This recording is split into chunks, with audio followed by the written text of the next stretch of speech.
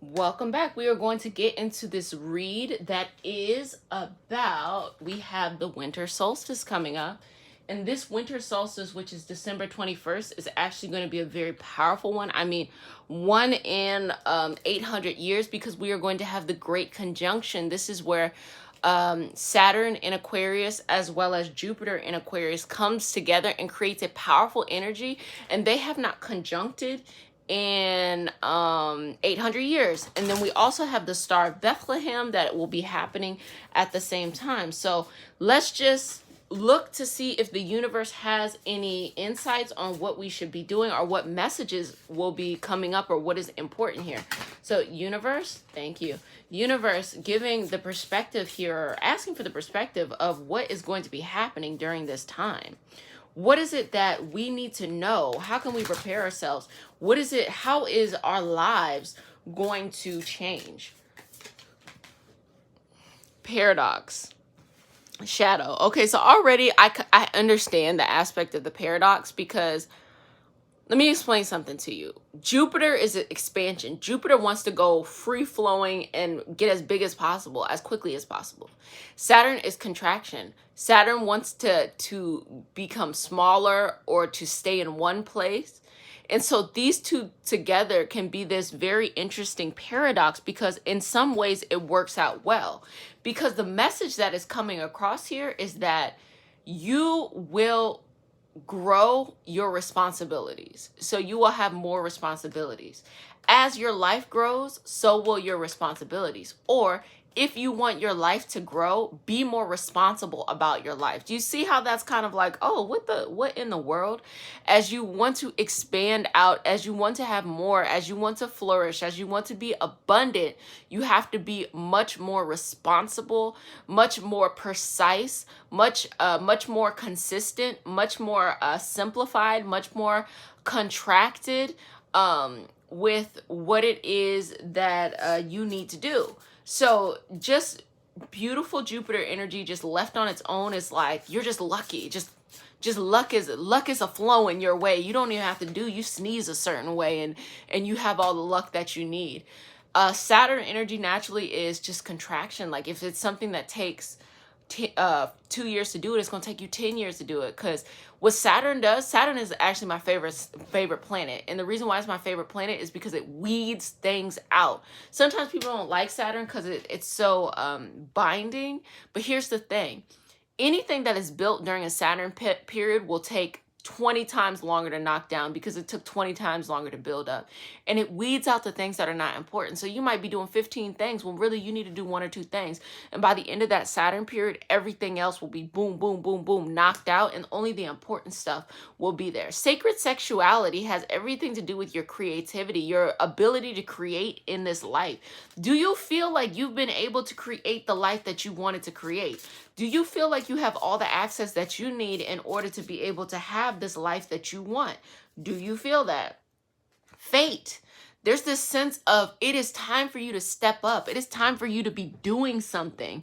It is time for you to go forth in your life and to collect this bounty or this destiny. But it's like a sense of responsibility. Think about these like old monarchs. I've been watching The Spanish Princess, so I'm on a tangent right now. But like, think about these old monarchs. You know, a lot of them thought that a part of their destiny was to be a king or queen or a duchess or something like that. And so there was an idea of you have to forego love in order to be able to live out into your fate.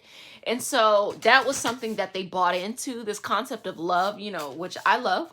This concept of love is a relatively new thing, of like you're marrying somebody because you love them, not because of like political or strategic reasons. But anyway, they felt like their fate was, if I wanted to be, you know, in a position of power, which would make sense because people were dying of famine and shit. There's like a lot going on. It's like, it doesn't sound like a horrible life to have, you know, to do those things. But if you want to live out to your destiny, which was to be for her, she wanted to be the Queen of England, then you have to be responsible. She had to navigate all these obstacles to get to what she wanted. And then self-love. So here's the thing. When you have to be consistent and you have to be disciplined at something, disciplined at something, you have to be able to have and undying, unconditional self-love for yourself. Because convincing yourself to do what you need to do when it's something you don't want to do, the voice in your head that's saying like, I don't want to do it, I don't want to do it, I don't want to do it, that's the voice that you believe is you trying to be loving towards yourself, when really it's just you don't want to do it. You know, like, it is easier to do nothing. I think it's more of our bodies. We as humans are meant, like, I know anything else, but anyway, we as humans are meant to be challenged to grow. For example, like, if they were talking about, I was watching this video where they're talking about growing grapes, and they said the best grapes are the ones that are the most resilient. So they don't give it all the water it needs. They stress it out a little bit. Because if it is too easy, anything like a little frost or something will come and kill it. So they want the best, most resilient, the best tasting grapes. And that's how life is. Those who are able to navigate through their obstacles the best that they can and just getting to the other side are most resilient, are typically the people who are most successful. Now, there are people who come into money, but there was somebody along their line who had to put their shit together. And you got to think about it like that, that somebody put it in enough effort that they were able to like make their whole ancestors and their whole lineage good. That's interesting, you know? So that's definitely a perspective to put into it, but it's just saying you got to put in the work. And the most loving thing you can do is to choose yourself and to choose the life that you want to have. And that comes with a sense of responsibility. We have shared wisdom too. So as my grandma used to say, ain't nothing new under the sun. There is nothing new under the sun. You know, I used to think all the time, oh, I'm doing all this unique stuff. And she would tell me all the time, she would be like, I used to do that. I'm like, girl, you're old. You didn't do this. This is new stuff. No, not at all. It's the same shit she was doing. I used to do this. I used to do that. She said the funniest thing to me one time. My grandma was real hip. She took me to this little dance of one of my friends, and they are grinding and bumping up against each other and whatnot. And then the moms who are younger than her, you know, are like the age of her children, are saying like, oh, are all appalled. And she's like, I don't know why they're appalled, because that's the same shit we used to be doing. That's the same stuff we was out here doing. So I don't know why they appalled. Why they acting brand new now? I said, oh, okay, grandma. She was so out there that like it made me blush a little bit, like, Grandma, I don't want to be bumping and grinding in front of you and you clapping along and you being proud. I can't do that. Anyway, I'm just saying, you know, feed into that collective, feed into the ancestors as well. I don't know if ancestor energy is going to come up too, but feed into the ancestor energy too, because ain't nothing new under the sun. And just know that the things that you are facing right now are really a piece of your ancestors' life that they didn't necessarily get to live out to. There's a special emphasis on love being the guiding force, that no matter how disciplined you are, that you have this access to love. That's what's going to keep you grounded and balanced. So, universe, anything specifically on the 21st? So can you tell us a little bit more about this great conjunction, the one that only happens every 800 years? And what is happening there? Okay. Ascension, transmute. Interesting. So there's going to be communication of messages in a very higher vibrational form. And there's going to be this ascension going above and beyond your current reality of what it is. So with this great conjunction, it only happens once every 800 years. It is that energy of Saturn and Jupiter. They are both, a conjunction means that two planets are in the same sign. So they are both in that sign of Aquarius. So with them coming together, there is this unity, this strength, this abundance of the ability for whatever it is that they're trying to explain or allow to come out. So you got to think about all the years leading up to this. Number one, the big thing is that Saturn is transitioning out of Capricorn into Aquarius. What does that mean? Now, the traditional ruler of Saturn, the traditional ruler of Aquarius, goddamn words. The traditional ruler of Aquarius is Saturn. The traditional ruler of Capricorn is Saturn. And because of those two, it's a smooth transition here. The modern day ruler of Aquarius is Uranus, because you have to understand this. Way back in the day, Uranus, Neptune, and Pluto are relatively new phenomenons. Like even Chiron was discovered in the 70s. These planets and asteroids, they were not seen to the naked eye. But once people started to have access to telescopes and things like that, clearly before the 1970s, but telescopes, that's when they started to discover these other planets. So up to this point, humanity could only see up to Saturn. They could only see, or high-powered telescopes is what I'm trying to say. They could only see up to Saturn. So that is why the planets ruled these certain signs. Like, for example, the sun was Leo, and the moon was Cancer, and those were the two that had one.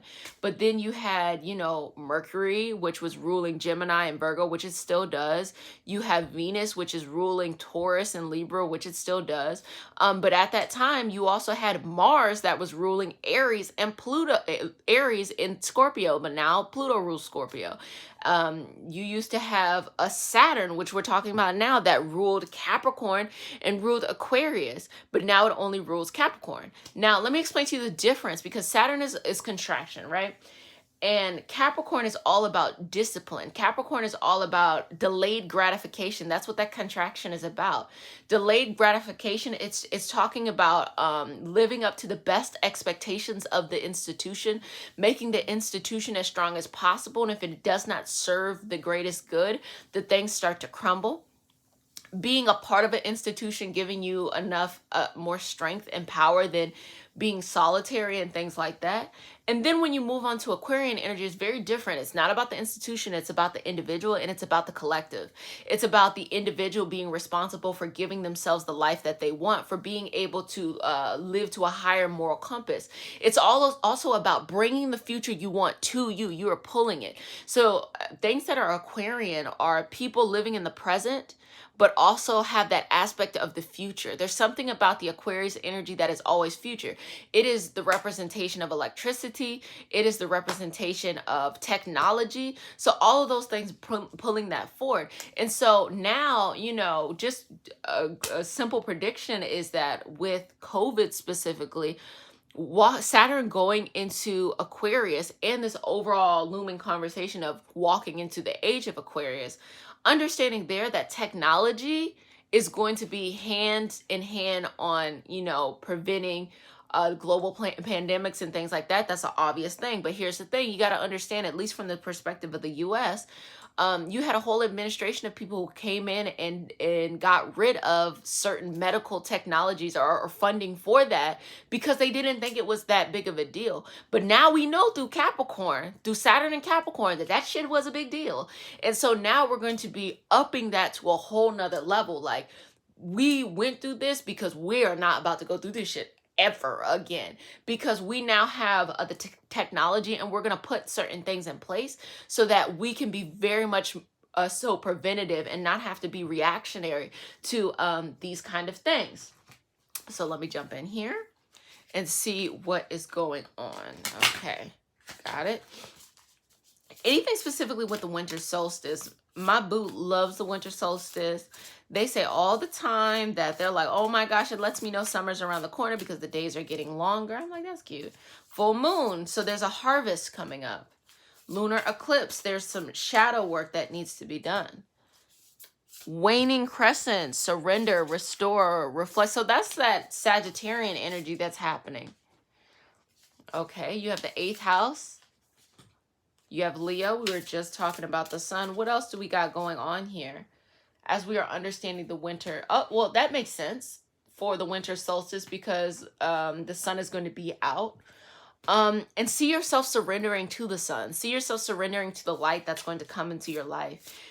It's going to be a big time. It's going to be a big transformational time. It's going to be very like your heart is big. Your heart is open. Now, let me tell you something. People can fuck up their lives all the time, okay? That's reality. People can mess their lives up all the time. That's keeping it real, okay? So I'm not trying to paint a picture of everything is going to be hunky-dory. That's not what I'm saying. I'm saying there's powerful energy at this time that if you are very connected and very calibrated with that energy, that you can bring forth some very interesting stuff in your life a sense of transformation. The energy that is supporting you right now, you can decide that you don't want to do shit, but like the energy that is supporting you right now is an energy of transformation. It is an energy that like, hey, you are going to be propelled into the life that you want. Are you ready for it? Because Jupiter propels you forward. Jupiter is going to send you that expansiveness. Jupiter is going to bring the opportunities. Saturn is going to make you ready for them. So for people who lack discipline, I gotta put the cards down to explain this shit. For people who lack discipline, you might be like, oh, I don't need it because Jupiter is providing me these opportunities. Once the opportunity comes your way and you're not able to handle it, you're not able to get the most out of it, then you're going to feel like, wow, I wasn't able to get everything that I wanted out of this situation. Why? Because you weren't disciplined.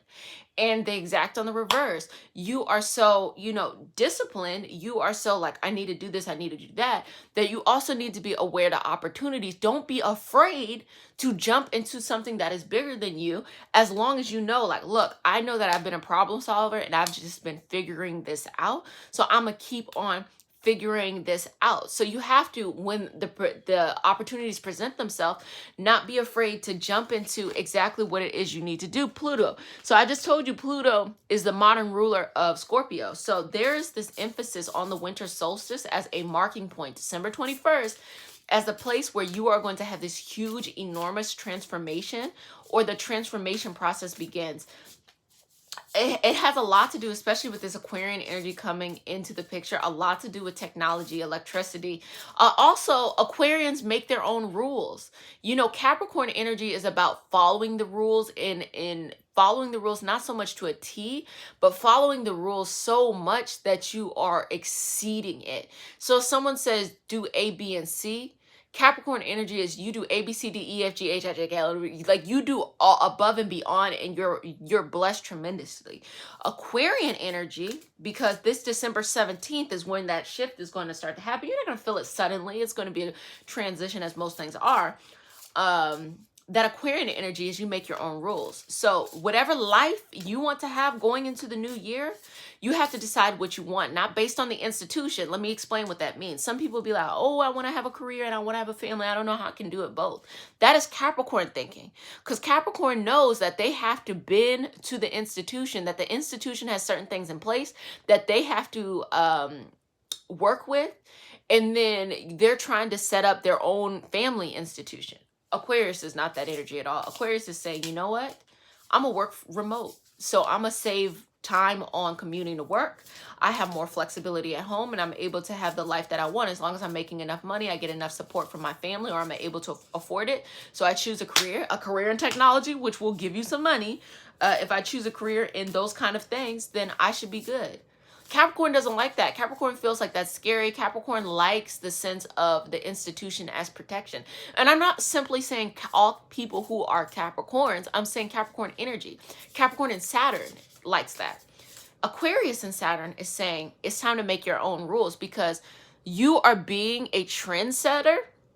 And if you be a trendsetter, how you did it then will become the institution. How you did it then becomes the roadmap that other people take. And it's not that it's hard. You just have to trust in yourself. You just have to have that self-love. You have to have that love in general. Then we have the 11th house, which is Aquarius energy. So I connect. And that, like when I say, if you get anything from this reading, get this.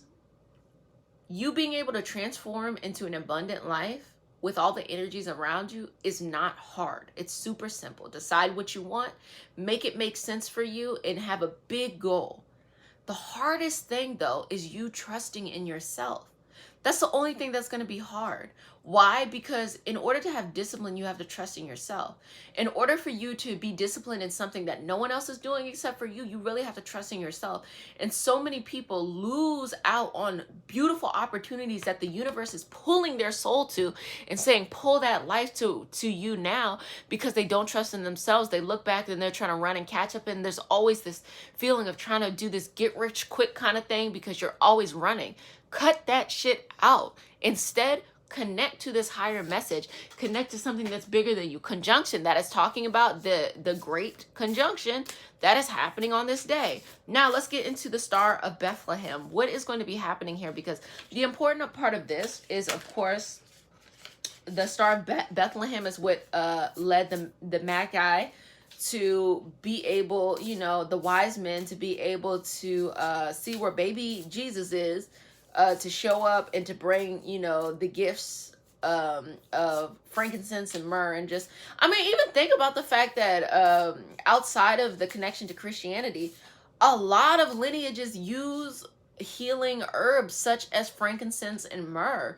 Like the metaphor there of to purify, to cleanse out, of the highest amount of strength given to you during this purification process, that you be that your soul, that you be spiritually cleansed, and that you are guarded and protected, you know, with all of those things. So typically we're not able to see this, but this star is coming out. So why is this star coming out? The star is coming out to guide you to your true north. I'm going to say something. It might be an unpopular opinion, and that's why that square is coming up, because I'm going to say something that may be an unpopular opinion. And believe me, I'm not here to challenge your spiritual beliefs. I'm not here to tell you what to believe. Believe in whatever you need to believe, and, you know, live that to the fullest, because no one should ever tell you how you should believe. And I feel the same way. I feel like that no one should ever tell me, and I should never tell, you know, another person how to believe. And so I'm going to simply say it like this. Religion, there's a lot of them. And each religion is one way to connect with this higher energy and this higher power. The best aspects of each of the religious traditions are usually these things that parallel on top. You know, there's stuff that has to do with love, stuff that has to do with discipline, respect, things like that. There's also a lot of social stuff that goes into it. There's also a lot of political stuff, historical stuff, things that have to do with that. At the end of the day, though, the purpose of love, or one of the many purposes of religion, I said love, but religion, is to have this spiritual connection. Spirituality and religiosity are two different things. Religion is a set belief system in which a group of people follow and enforce with the hopes of having this spiritual connection. Spirituality is a person's connection to their divine source, whatever that source is. So a religious person can be spiritual. A spiritual person can be religious. A religious person can have a very strong spiritual connection with their divine source.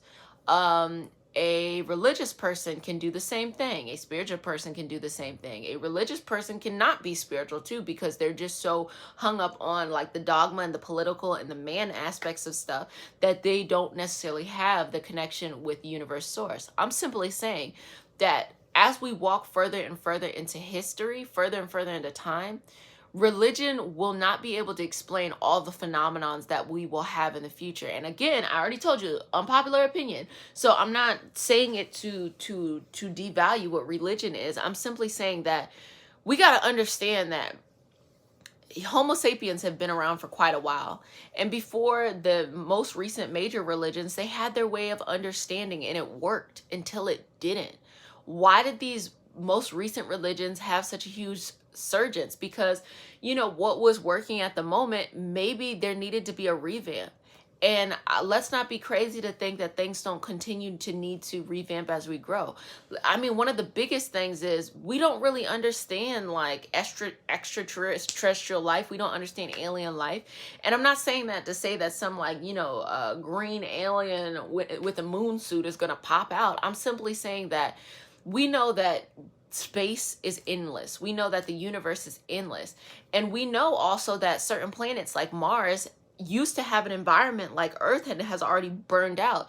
So each planet, you know, is in a different phase of their specific process. So based off of those elements, based on, you know, the availability of water, the reason why we probably formed the way that we did is because we had those elements of water. I can't imagine any other solar systems out there, any other galaxies out there that has water, has the same living conditions. and doesn't have some type of form of life, as well as planets that may have life that is not available to our senses because it's just not based off of that. You know, our books don't necessarily explain that, and because of that, it is pushing us forward. This new energy in Aquarius is pushing us forward to have a connection, a direct connection with source, so that there's no longer any if, ands, or buts. Also, in the same time, there's also no fighting. There's no need to fight over what's right or what's wrong, because think about it. Religion at a certain time made sense. You know, when people were, as they still do, I'm not saying that there's not genocide still happening in the world. I'm not saying that people still do not rape and pillage. Think about it from the perspective of people needed order in certain spaces, especially when you look at, I told you I'm watching The Spanish Princess, especially when you look at, you know, Europe, there were certain parts in which they needed order, and having the Catholic Church being kind of a separate body in the way that you look at the US government, how like you have the executive branch, you know, you have judicial, you know, you have Congress, these being like separate but equal powers. You had at that time, you had the church as an institution that was different than, you know, the monarchs in roles. So it really helped then. But now things are much different. Now, you know, people are jumping into their own ascension, because the issue is, it's not saying that people aren't going and doing good work through their faith. That's not what I'm saying at all. You know, people will bring access to education, people will bring access to food. But there's also these other things that come along with it, like homophobia and the extreme trauma that people of the LGBTQIA community have had to experience during this time. Also, colonization and, you know, systemic racism, because a lot of these places that have been colonized, at least under Christianity, also brought with it systemic racism. I am a, you know, Black person, and the way that my ancestors got here was they were sold into slavery, taken and stolen of culture and enforced, and then even to this day still trying to get justice. People are like, you're not over that. And to anyone who says, well, slavery already exists, let me explain something to you. When Europe came over into, specifically starting to go into West Africa, Eastern Africa, South Africa, coming down into that area, they monetized the selling of slaves, meaning slaves had always been a thing throughout all places, and they were usually war captives. But they created an economy to incentivize the selling of people. And people didn't even, and on top of that, influenced even more so wars and warring between groups in order to incentivize slavery. So all of these things are happening, and that still kind of happens to today, of when you see the way that very developed countries meddle in other places simply because they want access to their resources. Before it was human capital, and then it became, you know, natural resources, and then it, you know, becomes other things as well. So I'm saying all of that to say is there's this transformation in which your connection to God, your connection to this higher energy, whatever it is you believe in, no longer has to be limited by the institution or by man. You can simply have that. You can merge stuff together. You can, you know, be in that connection with it yourself. Now, unpopular opinion, I'm not saying it to offend anybody. I'm just telling you what I think this energy means. And for those who really have a hard time being adaptable, this is going to be like, if what I said really ticked you off, this is going to be a tough moment for you. Like, it really, and it's not, I'm not saying what I'm saying is a tough moment. I'm saying this Aquarian energy. But when people around you whom you trust and you respect come through that pathway, then it'll create a path for you. For those who are like really resonating with what I just said, like, oh my gosh, hell yeah, I really believe in that. Let me tailor this message to you and simply say this. if you believe in the universe, the source, God, whatever it is you believe in, if you believe in your understanding of this and you connect it with it, and you do not let religious institutions, you don't let societal institutions, you don't let anything get in your way, you just go for it, you are about to transform ridiculously. Like, I mean, tremendously about to take it to the next level. And what you do over the next 2 to 3 years, you're about to see a just huge amount of abundance. Huge amount of abundance that is going to roll up on you in March 2023. Just putting it out there. Until then, you're going to have stable abundance, you know, gradual growth. But you about to go to a next level there. So sending that out there. So happy to give this message to you all. Use it for your highest vibrational good. I will see you back for daily tarot time, as well as we have our weekly astrology reads. I'll see you then.